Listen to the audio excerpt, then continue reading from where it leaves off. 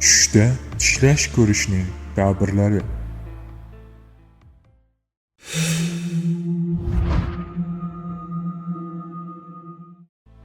Tushda tishlash mehr muhabbat bilan qilinsa, sevgining ortishini bildiradi.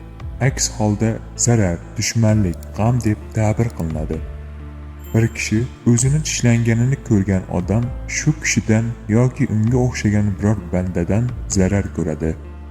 Notanish kishining tishlaganini ko'rish yashirin dushmanlardan zarar ko'rishga ishoradir. Tishlanganda qon chiqishi sevgiga javob bo'lmasligi yoki muhabbatning yanada kuchayishidir.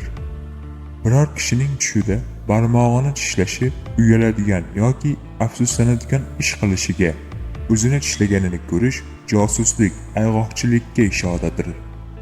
O'zi tishlagan joydan qon chiqqanini ko'rish esa gunohga botish deb ta'bir qilinadi.